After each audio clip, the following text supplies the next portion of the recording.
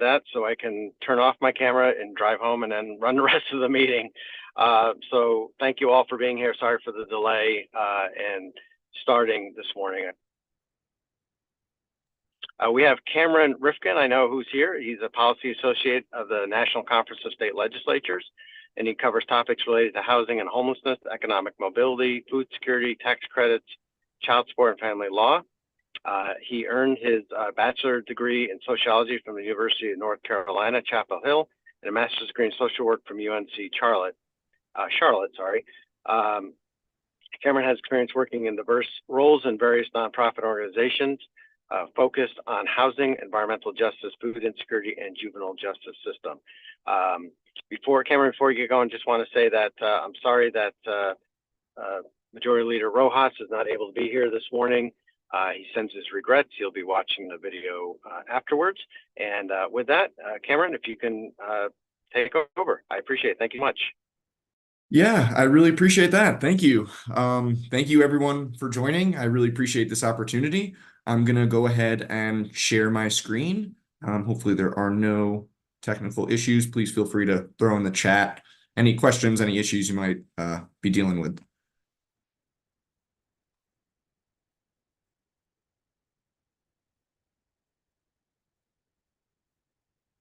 I hope everyone can see my screen. Please just give a shout if not. But again, welcome. Thank you again for this opportunity. My name is Cameron Rifkin. I am a policy associate, as mentioned, at NCSL with the Children and Families Program. I'm looking forward to this opportunity to be speaking to you all here today.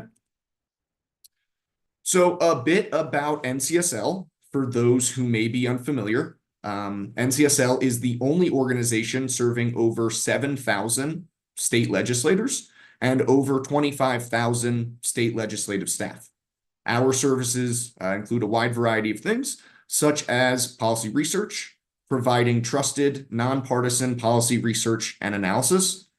On the Children and Families team, we cover things such as housing and homelessness, economic mobility, food security, child care, child welfare, family law, child support, a few other things. NCSL as a whole tracks about 1,400 different topics, everything from criminal justice reform to education, healthcare, transportation, energy. If there is an interest, we probably have someone tracking the policy topic and can provide timely information. NCSL also provides connections, linking legislators and staff with each other and experts, bringing together folks from both sides of the aisle to tackle and discuss difficult problems and find reasonable solutions. We also deliver trainings tailored specifically for legislators and staff, and many of these professional development opportunities are at no cost to you or your state. NCSL represents and advocates on behalf of states on Capitol Hill, fighting against preemption for the 10th Amendment and maintaining federalism. We have a total of 11 committees in NCSL, very similar to those that may be in your state currently. We also offer meetings to facilitate information exchange and policy discussions on the nation's most pressing issues. Housing and homelessness is a very complicated intersectional topic, but today we'll be covering a few components. We'll discuss the affordable housing supply nationally and also in Connecticut. We'll discuss a few state policy considerations for increasing access to affordable housing, as well as legislative examples and state statutes. These will be included throughout the presentation, and you will also receive a copy of this presentation after, which includes further NCSL resources for additional insight and research.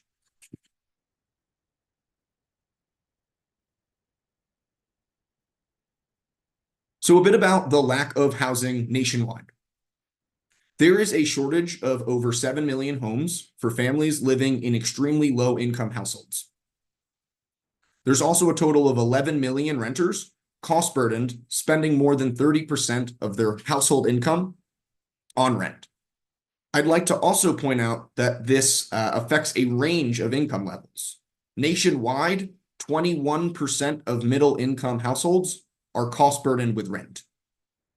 No state currently has enough affordable housing, and this is an issue for urban, rural, and suburban communities throughout the country. Two contributing factors include land price increases and construction cost increases. A closer look at affordable housing in Connecticut. There are a little over 142,000 extremely low-income renter households, 37% of which are seniors and 16% who have disabilities. In Connecticut, this translates to an income for a four-person household of about $32,000. There are 37 homes available for every 100 families living in these extremely low-income households. This translates to a shortage of about 89,000 homes. 68% of renters in Connecticut with extremely low income are severely cost burdened. Severely cost burdened means spending more than 50% of household income on rent. And as mentioned nationwide in the previous slide, this also affects a range of income levels in Connecticut, with 13% of middle income households being cost burdened. Cost burden, again, is 30% of household income or more on rent. And finally, an annual income of over $66,000 is needed to afford a two-bedroom rental in Connecticut at HUD's fair market rent. We're going to dig a little bit deeper into each one of these, but just to highlight a few state policy options to consider. Incentivizing the construction of affordable housing through tax credits or density bonuses, investing in transit-oriented development, promoting the development of middle and workforce housing, and loosening zoning restrictions to increase the number of multifamily housing opportunities. So, what is middle housing and transit-oriented development? I know you all have received some presentations in the past, so I apologize if any of this is a repeat, but just to make sure, just to level set a little, middle housing refers to duplexes, triplexes, quadplexes, townhomes, and cottage courts, while transit-oriented development refers to affordable housing built specifically near train, bus, or light rail stops.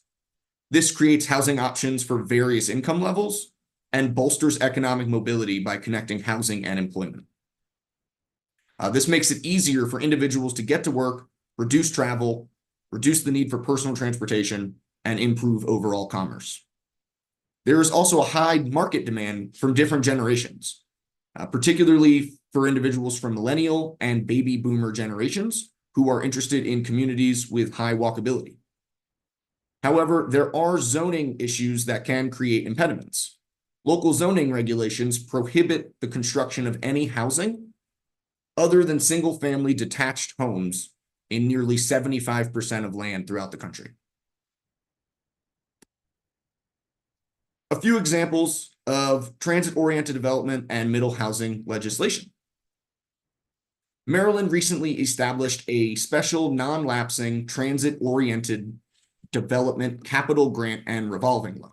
It's a little bit of a mouthful, but it provides financial assistance to local jurisdictions to be used for transit-oriented development, and the interest earnings from the fund are credited back to the fund itself. Nebraska recently extended the deadline for spending the money in the state's middle-income workforce housing fund until 2029. After 2029, the money is then reallocated back to the state general fund. Oregon began requiring municipalities to update zoning codes to allow development of middle housing in all residential areas. Smaller cities are required to allow duplexes, while larger cities are required to allow quadplexes. The legislation also emphasizes the importance of land use regulations that support the goal of more middle housing and high walkability. Utah enacted the Housing and Transit Reinvestment Zone Act, establishing requirements and incentives for municipalities to create housing and transit reinvestment zones.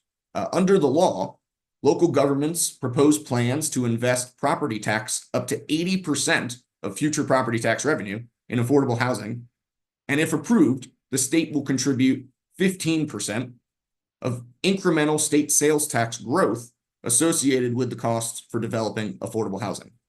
Utah has passed a few other pieces of legislation related to this since 2021, updating it and including more middle and workforce housing. A little bit about inclusionary zoning and density bonuses. Inclusionary zoning policies require or encourage a percentage of new residential development to be reserved for affordable housing. This leverages private market funding sources. Density bonuses create financial offsets for developers who may lose revenue due to zoning requirements. These density bonuses allow developers to increase the number of dwelling units on a parcel of land. Other incentives include tax abatements and reductions in parking requirements. A few inclusionary zoning state statutes. Maryland, in their land use code, allow for inclusionary zoning throughout the state, and the Department of Planning recommends designating 10 to 20% of units as affordable within inclusionary zoning areas. Massachusetts has something known as the smart growth zoning, which requires 20% of housing that will be developed be affordable and create incentives for achieving this goal. New Hampshire, actually, I'd like to back it up. Massachusetts, for specifics, municipalities receive between $10,000 and $600,000 for zoning and permitting new affordable housing units. They also may receive up to $3,000 per unit. New Hampshire requires any municipality that adopts land use ordinances or regulations to provide a reasonable and realistic opportunity for the development of workforce and multifamily housing in these ordinances or regulations.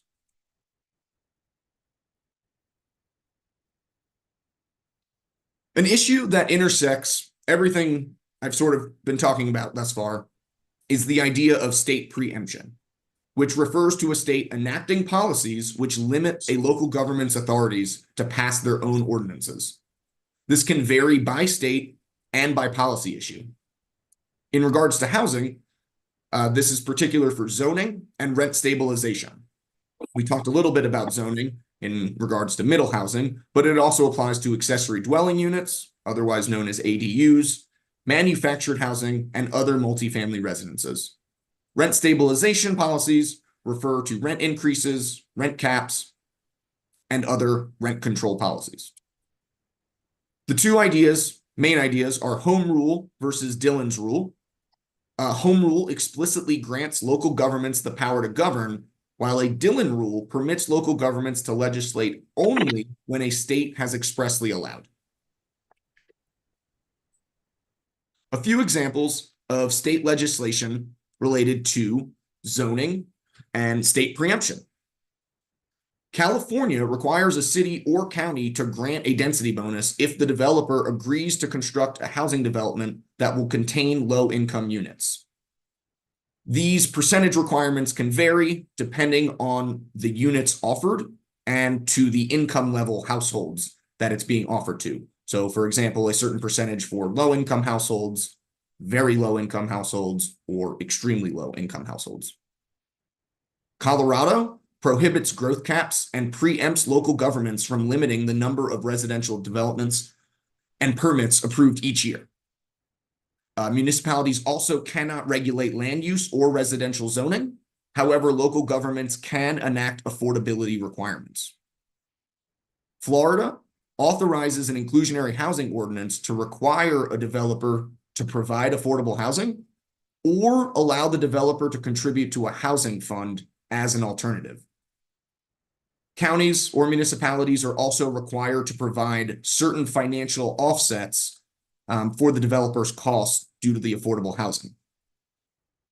Maine requires municipalities to allow ADUs, accessory dwelling units, on land zoned for single-family housing. These units can be portions of an existing home, converted into another dwelling, additions to an existing home, or a new standalone structure adjacent to a home. And finally, Montana prohibits local governments with self-government powers from deviating from the state's Landlord and Tenant Act, as well as from the Residential Mobile Home Lot Rental Act. So they included protections for both tenants in standalone multifamily houses, as well as mobile manufactured housing.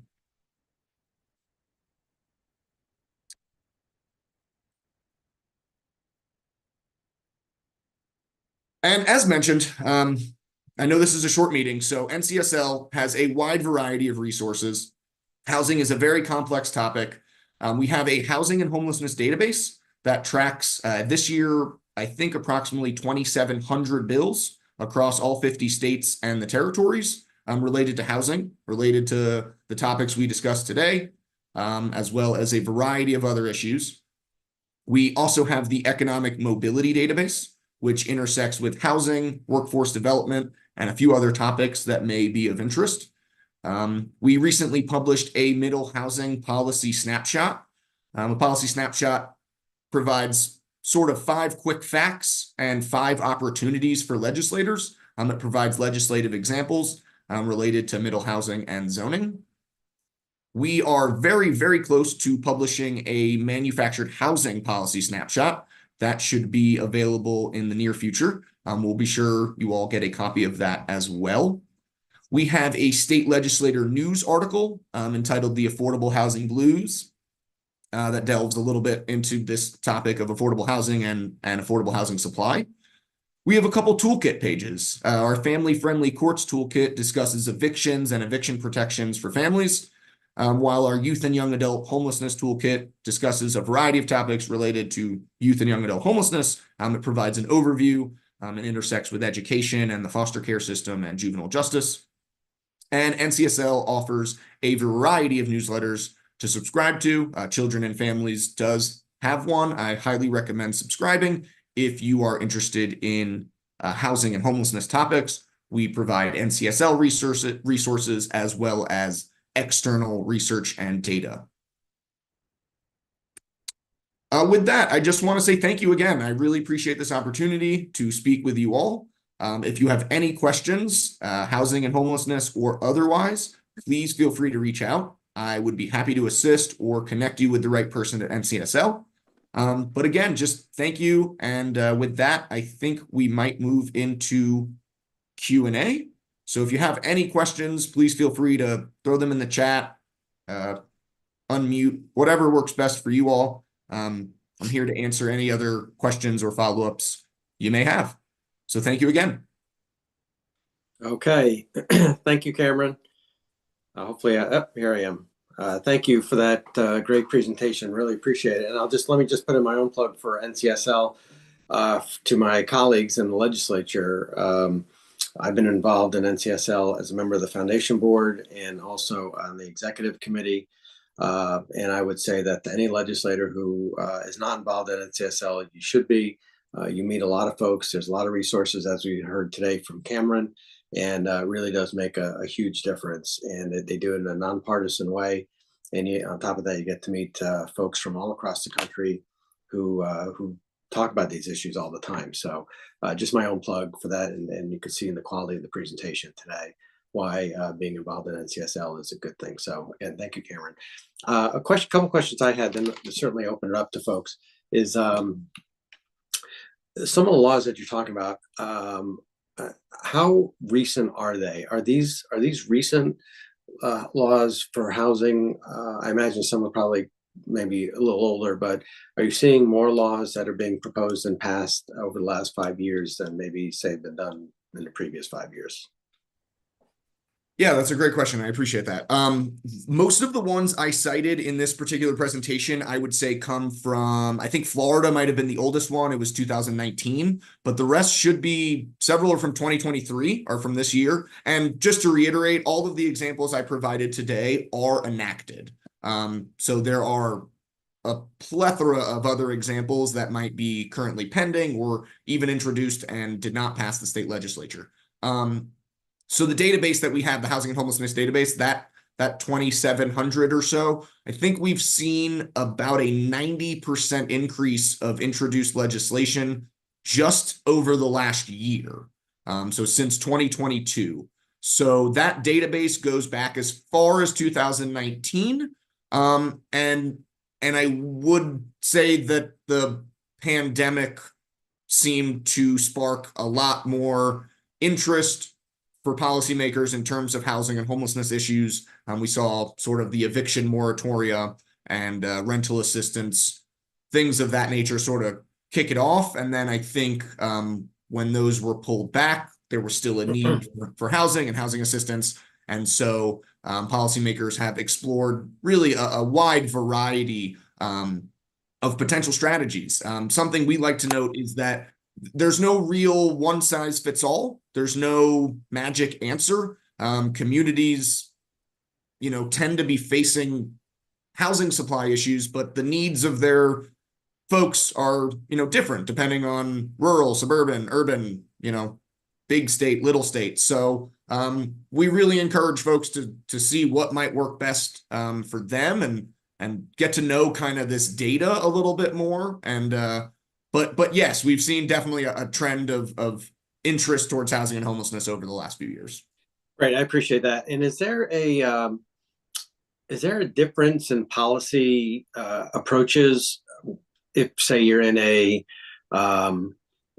rural state like Montana versus a dense state like California? Is there a difference between red and blue? Is there a difference?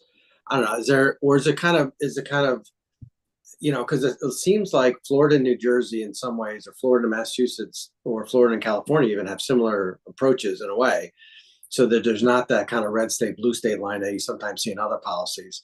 But you mentioned Montana, the landlord tenant. So I'm just trying to, it seems like maybe, there's the need is out there, is kind of universal, and it doesn't seem to be a difference. But I want to just have you kind of. No, I appreciate that. Yeah. We've noticed that it's an issue for every state, as mentioned, red, blue, purple. I think there tend to be trends more along the lines of size of community. So big cities or big metropolitan areas may, look to these other larger cities such as LA, New York City, Houston, and see what they're doing, because that might be a little bit more applicable than, more rural communities. I'd like to point out specifically for Montana, might not be as much something that Connecticut is facing, but perhaps out here in the West, there's a lot of tourist communities, particularly ski, snowboard, winter communities that have been very affected by affordable housing and lack of affordable housing and affordable housing supply. So Montana is, I think, one of those states where they have a lot of folks coming in seasonally, but not permanent residents. And the folks who are permanent residents who, are working at all of these resorts and, keeping the commerce and businesses going, can't afford to live in these very expensive places. So that, I think, was a catalyst for Montana, similar to, Wyoming, Idaho, even parts of Colorado. So to answer your question, sometimes I think it's a little bit more of just size of community, and rural communities, again, cities are unique, but rural communities may face similar issues that other rural communities, in Oklahoma, in Florida, in Connecticut, and, even further New England, there's definitely rural communities. We mentioned Maine. So, right. Yeah. I mean, it's all over the place, especially the pandemic. You saw that during the pandemic in places that had a soft housing market for a long time. Now don't have a soft housing market, that had maybe a soft housing market for a decade or more, that people have, with remote working and everything else are moving in. But it does seem like there is a uniformity of acknowledging the problem across all states.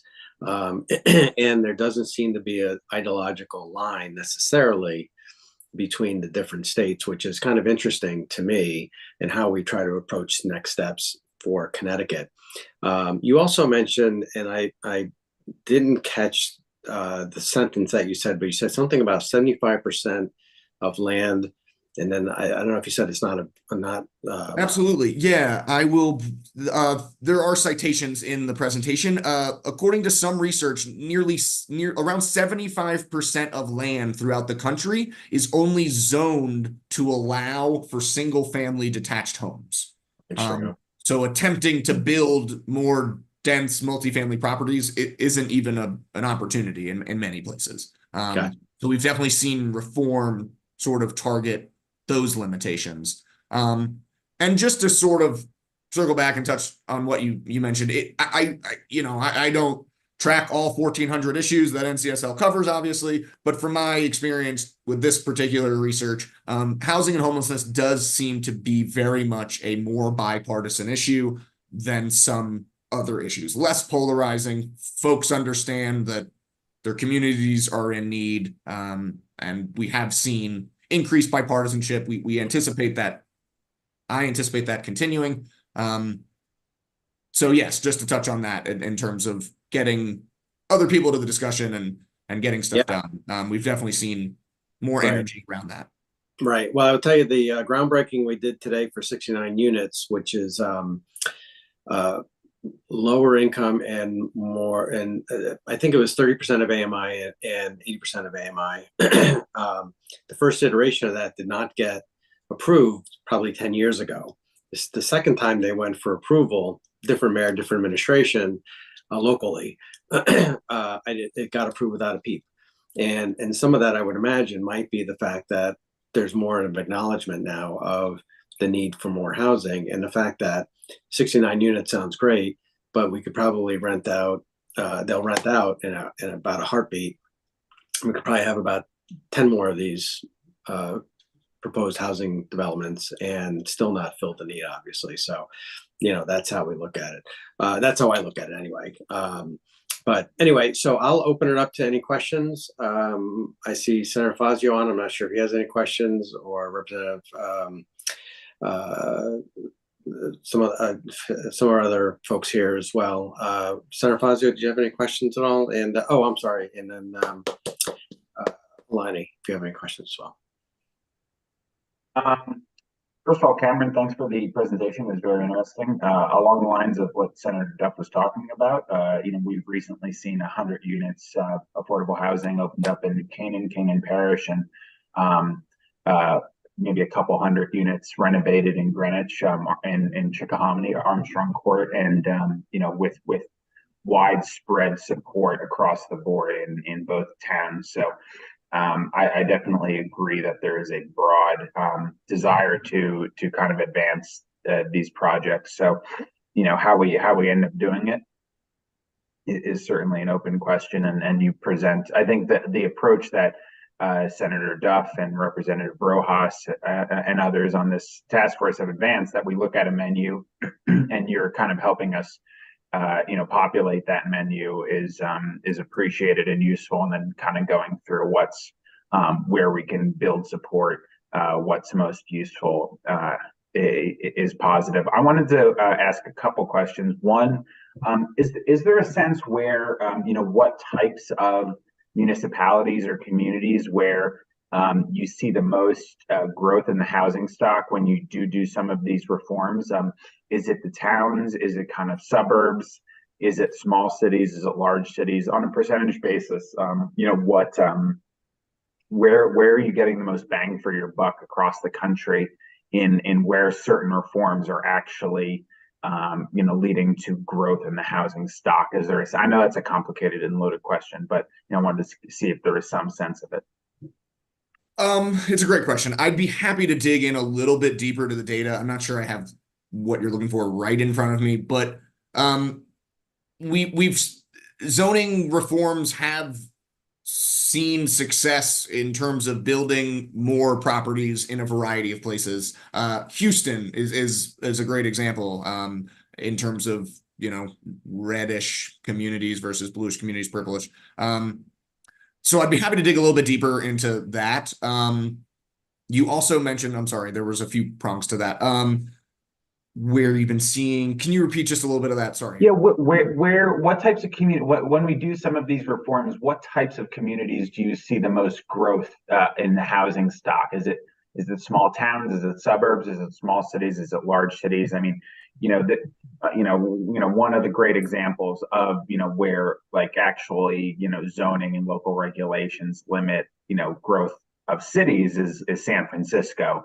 And the limit on the housing size, and that's one of those things. If you did a turnkey thing, you'd create pressure on the housing supply, and you'd reduce costs in one of the most high cost and high productive cities in the world.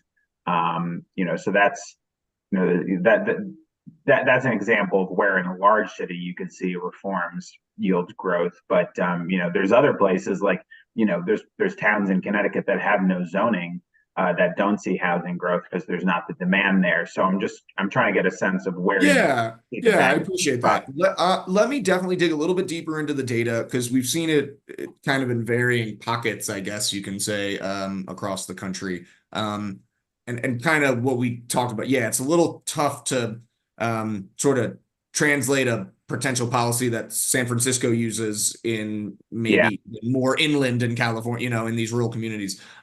So like from a percentage thing, obviously there are maybe less sheer raw numbers of people experiencing homelessness in more rural, but the percentages could still be very similar. So you might not build a middle housing, environment in a more rural community to address their need, but maybe it is connecting people with resources, enticing landlords to convert short-term rentals into long-term rentals. We've seen that sort of policy getting more traction as short-term rentals become an issue for folks just taking supply out and not renting to residents. We have seen policies to not necessarily outlaw, which you've seen probably elsewhere, such as like New York City and other places, to outlaw short-term rentals, but to actually incentivize landlords to convert short-term rentals and take them off the market for more permanent residences, even accept housing vouchers, incentivizing folks to accept housing vouchers, landlord sort of mitigation funds.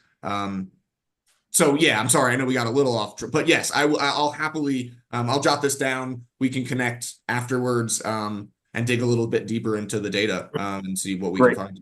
And one other question, I think, and then I'll give the time to others is, I think your presentation focused a lot on kind of zoning and different maybe fiscal interventions, but one of the big problems nationwide, and why this is a nationwide problem, is because cost really became a problem between labor and materials, and naturally that will those are cyclical problems, but even so, it's positive if there's ways in which you can actually reduce the cost. That's another way of expanding out the supply curve rather than fiscal interventions or zoning reforms. Are there successful model policies for shifting the cost curve and whether it's journeyman licensing or something with building codes or whatever? What are kind of the model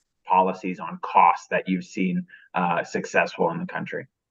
So there have been, it might not address it, but the low-income housing tax credit program is usually considered a fairly successful program to get affordable housing units built, both federally and statewide. So if Connecticut, I don't know if I think you all have some version of a state level low-income housing tax credit. So that has shown success nationwide to kind of get houses built or properties built quicker. We didn't talk a little bit about streamlining, and I know that's been of an interest of this committee, this group, is sort of streamlining some of those administrative processes to increase the housing supply and just a faster pace. We've seen a few strategies, mostly in California, if I do say so. A few others, kind of maybe one or two in Washington. Hawaii recently introduced a piece of legislation to streamline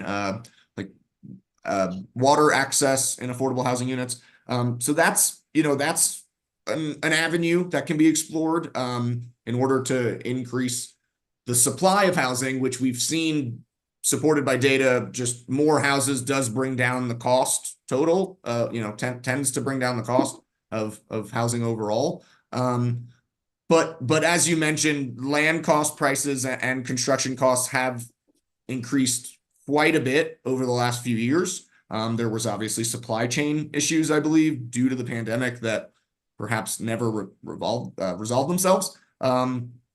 So that is a key issue to getting things built, especially if developers can receive higher income or a higher trade-off for different more expensive properties not meant for lower income households. So Again, would be happy to kind of connect with you about a few more of those examples and some of the data behind that. But yeah, unfortunately, as you mentioned, I'm not sure there's a silver bullet to the rising costs at the moment. Yeah. Thanks for your time. Yeah, thank you. Thank you, Senator. Yeah, and I would mention just at the groundbreaking, we talked a lot about also the tax credits that are administered by the state, that are federal tax credits, the money from the Department of Housing, but also the financing by Bankwell, a private, a bank, obviously, and then also another investment group that buys debt. And all those are necessary to come together in order to get these things built. I appreciate that, because we sort of alluded to with the density bonuses, definitely leveraging public-private partnerships is also something we've seen. It's a little bit less legislatively, but creating those opportunities and opening the doors to those financial streams is helpful. So thank you for mentioning Oh, that. no problem. I'd say the legislative part is at least in Connecticut, is having the Housing Finance Authority set up so that they can administer the federal funds, which I assume most states have, but also putting in the gap financing as grants, which we do through the Department of Housing, through our state bond funds, which is our, the capital cost, the capital projects. And then that is able to leverage the private financing. So yeah, to your point, Cameron, it all makes sense. And I think that's probably along the lines, maybe what Senator Fazio was talking about as well, is all those kind of things coming together and trying to get these projects off the ground. Thank you. And thanks, Senator. Representative Kairos DeGraw, please. Thanks so much, Senator Duff. And thank you, Cameron, for being here today. Unfortunately, I missed the first few minutes, but I'll go back, and that's why it's so great we have CTN, that we can go back and watch or listen to these things after the fact. As you know, we don't have county government in Connecticut, and we have 169, as we like to say, unique towns. Sometimes fiefdoms, where, everybody sort of has a different opinion. So when you're talking about the difference between, say, a rural state or a city, we really feel that keenly within the very small, mileage that we have within the state of Connecticut. So I guess my question is that, because we don't have county government, are you seeing, in some states where they, that push and pull, are you seeing the effective, I don't know, maybe Montana is the example, but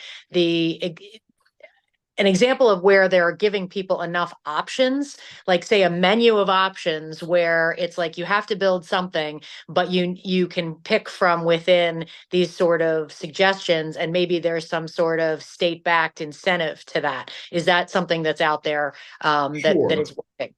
Yeah, thank you, Representative. I appreciate that question. So, as you mentioned, the relationship with local governments is a key component.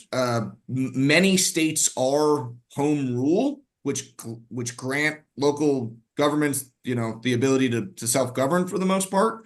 So it's a key component, and we are seeing the state get more involved, because with housing, we saw previously, up until kind of recently, it was mostly federal and then to the local governments. I mean, they would administer housing vouchers, and like you said, zoning policies often came up. We're seeing state policymakers become more involved, and the state government become more involved as an intermediary between the federal government and the local governments, and to try to bolster this housing support, because state policymakers are realizing, as you all know, it's an issue across, it's not just little pockets of communities, it's an issue for many states and many communities.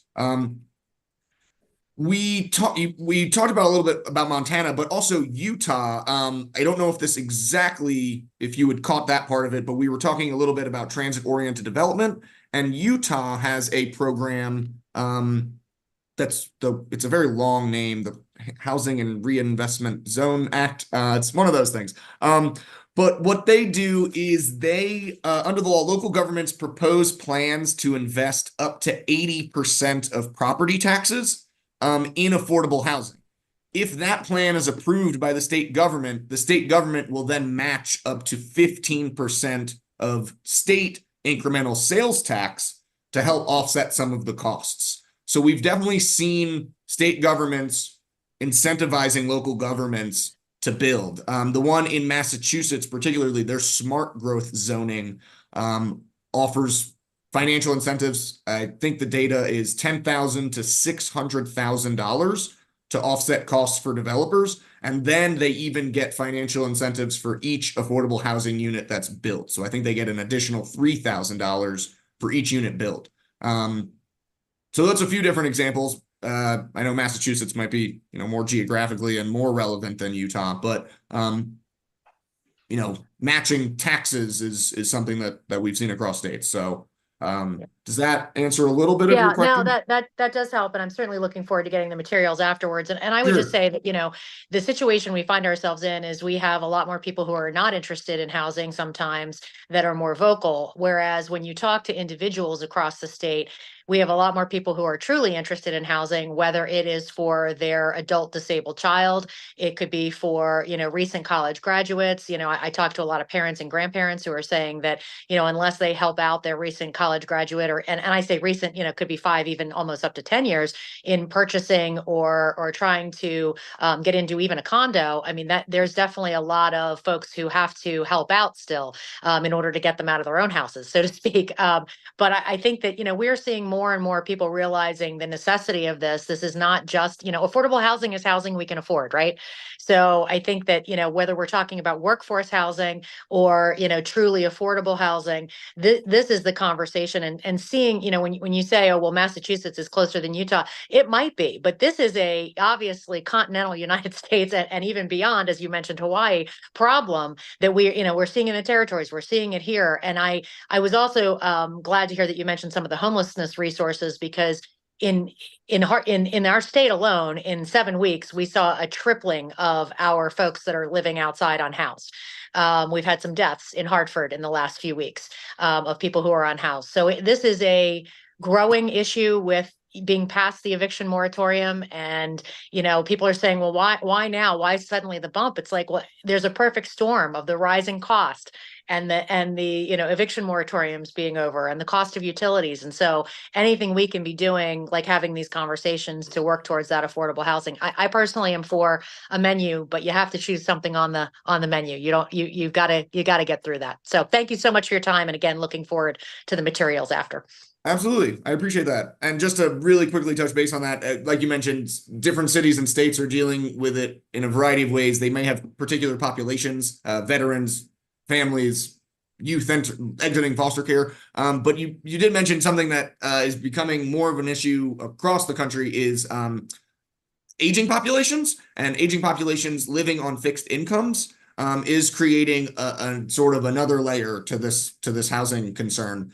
And then in terms of the workforce housing piece you mentioned, we are seeing trends for workforce housing geared toward specific professions. So incentivizing people, first-time home buyer programs for teachers or first responders or, healthcare staff. So we have seen that in this pendulum of housing policies as well. So and even when we talk to people who say they are not supportive of affordable housing in their town, when you start to have the conversation with them that their teachers and their police officers and their firefighters cannot afford to live in the town in which they serve, and even like our town managerial staff. I mean, I do think that people start to understand, it really is critical that we have affordable housing for everyone. And that is looking at many, many, many different demographics, as you know. So thanks again. Yes. Yeah. There's been a recent data that shows it sort of maybe intuitively makes sense, but the data shows that the cities with the highest rents also have the highest rates of homelessness. So it's not always these other potential contributing factors. It really is just a finance thing. So yes, thank you for your question and comments. I appreciate that. I think we have one in the chat and maybe one as well on. Yeah, I got Deputy Commissioner King. Thank you, Representative. Hi. So this question, you might not have the answer to this yet because you did mention that much of this legislation is relatively new, but I'm just wondering whether there's any sense of what is more impactful, giving people incentives or imposing mandates. I heard both in the list that you went on, that you read down about what different states are doing. And we've had some discussions about that here in some of our subcommittees about whether we should be looking for more of a carrot or a stick approach. Do you have a sense of which tends to work better? I'd like to preface just to state that NCSL does not advocate or support certain policies or promote, any sort of particular legislation. We don't tend to oppose things either. So we try to stay as neutral as possible. The data suggests that there is a lot of different answers to this, and that it's still pretty new. But for example, the low income housing tax credit, that's an incentive. That's not a mandate. We will, financially give you reimbursements for certain things. So for just to kind of call back to a few of the examples, Florida, for example, offers an alternative.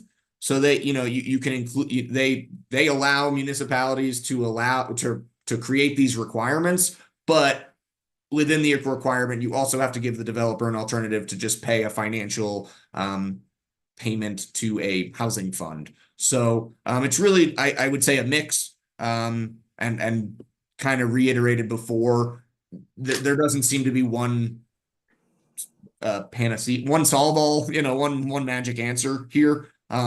So I would really highly encourage just kind of digging into the data and digging into what your communities might need, and those might vary, depending on Hartford versus Newark versus all these other communities that you all represent. But really understanding who is struggling and who needs houses really will kind of guide those policies. So if you realize that maybe it is more of an aging population and you need some, eviction protections for folks in assisted living, or maybe it really is, single parent households or young families, those strategies are going to look different because the people are different and the needs are different. So I think that would be, I'm happy to dig a little bit deeper into what the data suggests, but that's kind of maybe in a nutshell what I would offer. Thanks. Yeah, thank you. Thank you, Deputy Commissioner. Okay, well, thank you, Cameron. Any other questions? I don't see any other hands up. I did see something in the chat. I think it was just somebody who was gonna come back in a meeting. But I don't see any other hands up at all.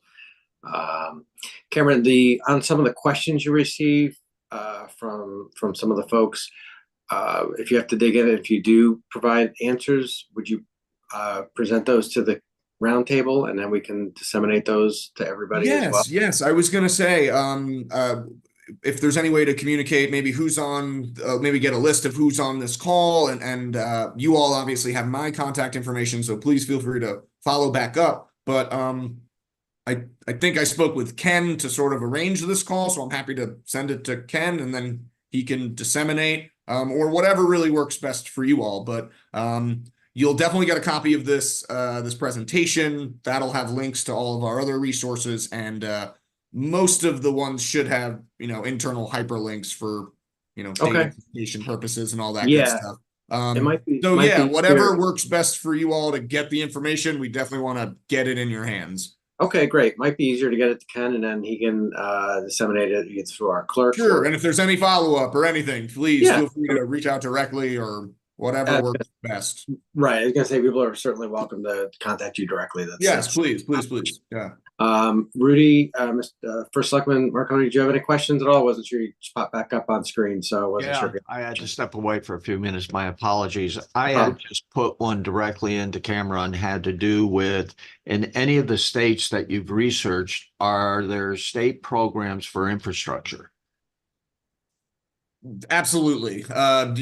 Can you be a little bit more specific? For example, Cameron, we're looking at a TOD for about 300 units. Zoning is looking at doing the zone change now. I think we should be fine with that. One of the issues, though, is infrastructure. And there's going to be a substantial cost associated with it. Since they're all private property owners, if we pass that on, that's going to make it more difficult to pencil out, obviously. Are there states that provide infrastructure funding allowing for that higher density development? Yes, absolutely. A few of the TOD examples probably would be a good start, but there are other ones I'd be happy to pull for you. might even connect. We have a transportation team at NCSL, so they may even have a bit more. My understanding was that you all may have received a presentation or two about the conversion of property, but if that's not the case, we have come across states using state-owned property, which tends to be sometimes around these transit lines, and using their leverage as property owners to convert that into affordable housing. So it's a little different than the private land ownership that you mentioned. But yes, obviously transit-oriented development, in order to be successful, needs transit. So if you don't have the infrastructure behind that to get people to their jobs, and yeah, we have the transportation covered. Rail line, bus lines, etc. We don't have sewer in that area, and that's what I continue to look for, different options that may be available or ideas in other projects that may exist. We have a whole health team as well, so this probably intersects a few different folks. So I'll pull some examples, I'll connect with them, and we'd be happy to provide some more info about that particular topic. Yeah, thank you. Thank you, Senator. Thank you. That was a great question. Francis Pickering. Yeah, thank you for the presentation. A question that I asked the American Planning Association not too long ago was, there's been a lot of conversation about state preemption of local zoning. And several states, including Connecticut, have statutes that set aside almost all local zoning, a builder or developer's remedy.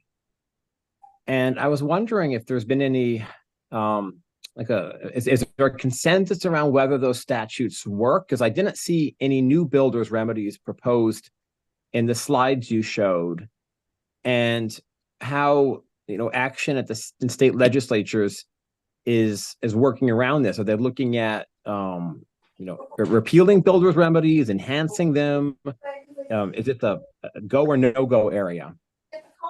Yeah, I appreciate that. We've seen legislation to address sort of local zoning in the states where they're allowed. I haven't seen a ton of movement in terms of one state, becoming a Dillon state or leaving a Dillon state status. I would also like to add that several of these issues, particularly for housing, are often involved with the courts. So, a municipality may be forced to, allow for certain things, and then they sort of say, no, that our state constitution, doesn't allow for that. So many of these issues have been resolved or brought to the courts to decide. That is a little bit out of my purview. We do have, again, a justice team that kind of dissects some of this other stuff. But yeah, I mean, this is a really recurring issue that we're seeing. It's not unique, particularly to Connecticut, this state local government interaction and relationship. In order to, I think, address the affordable housing needs, that component needs to function. This is often a vital component to getting housing built and addressing housing needs is state and local governments working together. So does that sort of answer your question? It does. I guess what I was getting at is in Connecticut, if a developer builds at least 30% of a housing project under state affordable definitions, they can be exempt from local zoning. And we know a couple other states have similar statutes. And so the question I would have is how these other zoning proposals integrate or don't integrate with a system like that, right? We see a lot of proposals out there, and to some extent, I'm concerned that they don't necessarily all work well together. It's just layering more and more statutory options on top of each other and mandates. We have other sections of state law that provide for, require, encourage affordable housing, and they don't seem to make up a cohesive whole. And there may be some interactions that we haven't thought through on them. Sure. Yeah. Administrative codes, as you probably know, can be a beast. I mean, they happen over decades, centuries. So yes, tying all of those together and making sure that they sort of address what you need. I mean, we've seen, to sort of tangentially related, I kind of alluded to, manufactured housing tenants often are excluded from landlord tenant laws. And so that's like, it's a whole separate administrative code specifically for manufactured housing. So perhaps, in Connecticut, you realize that some of this needs its own separate focus and entity in order to address the needs, rather than, like you said, maybe getting lost in the jumble of mandates. But yeah, that's kind of what we have there. The interplay is important, and we see it across states. And density bonuses are a bit of what you're referring to, I think. We've seen, these incentives to say, okay, well, if you're going to build more, then we can, forget parking requirements, forget some of these other things that we tend to require for other folks. But if you're willing to build large affordable housing units, then that would be the counterpoint. That would be the alternative, the carrot. Great. And then one last question.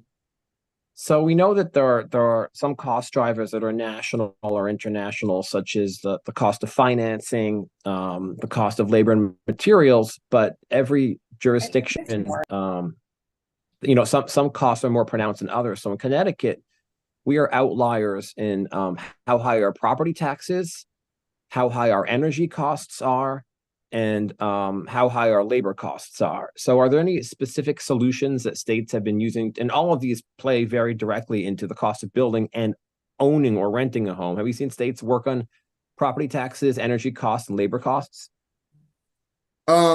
Partly, and like I said, a little bit with the intersectionality of NCSL. We have folks that cover taxes more particularly. So I'm a little bit more familiar with tax credits, but we have a whole department that covers taxes. So I'll have to connect with them and get you a little bit more similar with utility costs. That might be something our energy team has a little bit more information about.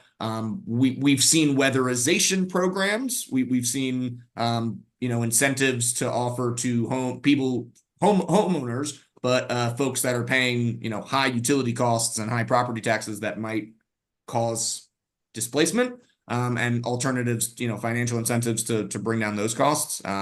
Energy efficiency, solar panels, even just window replacements, things like that. Modern heating and cooling technology. So that component of bringing down those utility costs, in terms of like the infrastructure of that might be a little bit less my understanding of like what it costs to actually bring the energy to a house. But yes, I'd be happy to kind of dig a little bit deeper into the property tax and the utility component for that as well. So we just have quite a number of folks at NCSL that might have a bit more info. So I'd love to connect with them as well. All right. Thank you, Francis.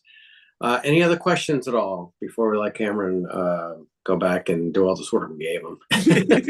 Yeah, I'll get back to you all. And if there is a deadline or anything that, please let me know.